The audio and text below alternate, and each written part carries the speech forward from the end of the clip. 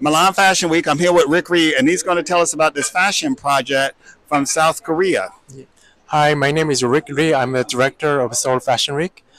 This time, we collaborate with the CNMI between Seoul Fashion Week and CNMI in order to present four tremendous Korean fashion designers in Milan Fashion Week.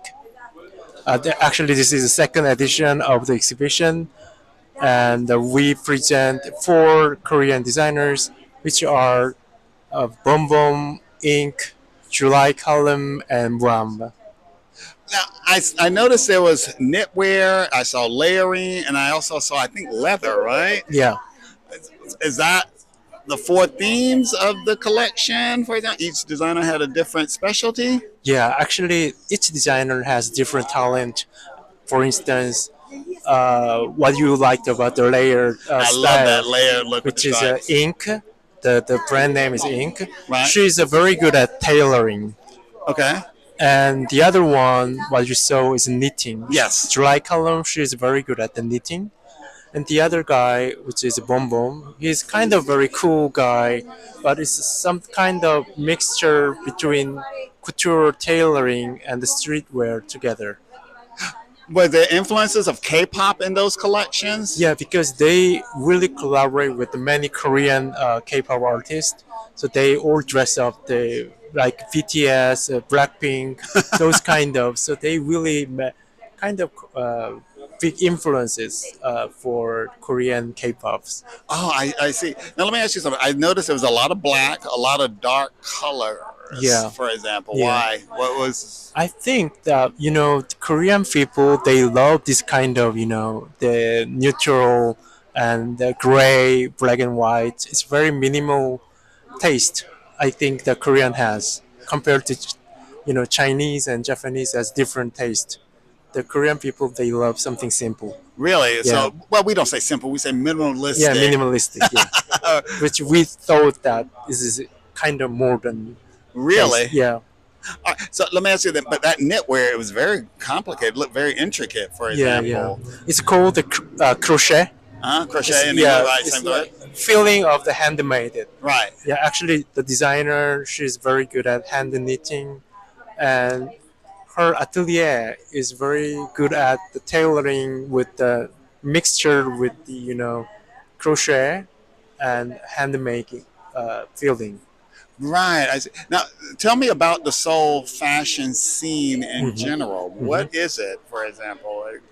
Seoul Fashion Week, I mean, in general, is not so famous compared to Milan or New York, Paris, but it has a lot of potential because of the current, culture, K culture situation.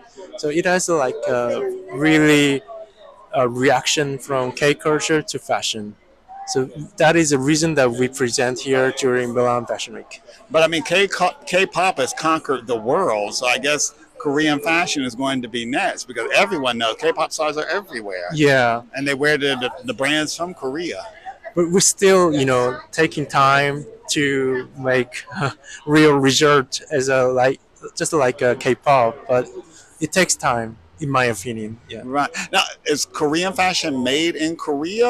I mean, or Yeah, is it? yeah. It's All the not designers outsourced? they made in Korea. Real and okay, I have to ask you the sustainable question and Yeah. supply and all that. So the practices and everything Yeah, are 100% transparent. yeah. Traceability and also eco responsibility. Uh-huh. They for them is very important part of the design process as well. So when they design, they think how they dispose the material and reuse and recycle the material. That is a kind of basic idea for all for designers. Really, Yeah, Uh, for soul in general. yeah. Oh, that's really good to know. Now, let me. Is it hard to? Why is it hard to get Korean fashion in the West? I mean, is it because of trade restrictions? You don't think people want it? The buyers don't want it, or is it going to become more accessible? I think the first reason is the geometrical region because we are far from the four fashion capitals. which is our New York, London, Milan, Paris. But if you think about China, Japan, Korea, we are in the middle. Right. So that is the reason that we kind of hard to participate during this kind of four. I Yeah, think that's universal. yeah, I can honestly say. yeah. As you said, in terms of taste and the design, it's pretty much international Right. and in trend. I mean the international trend. But in my opinion, not just nothing to do with the trend. It has to be universal, as you said, Yes. in terms of the physical and in terms of color used. Some people they don't like the black and white. Really? Yeah, Yeah, true. yeah, yeah. Probably, yeah. That is a big reason that there is a big gap between Asian, Korean fashion and the Western fashion. Well, I mean, black is. I mean, Chanel is. She liked black a lot, for Yeah, example.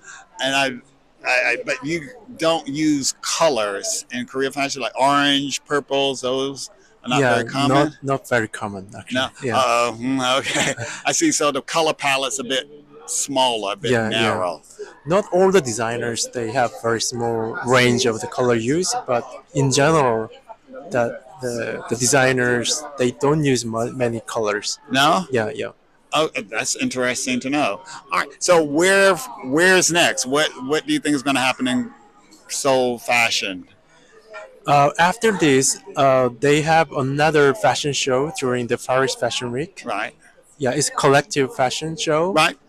And then we are thinking, still, we want to actually continue this kind of good relationship with the CNMI and Seoul Fashion Week. And hopefully next season we're gonna present again with the new designers and new upcoming Korean designers to introduce during Milan Fashion Week. Rick, thank you so much. Thank you so much.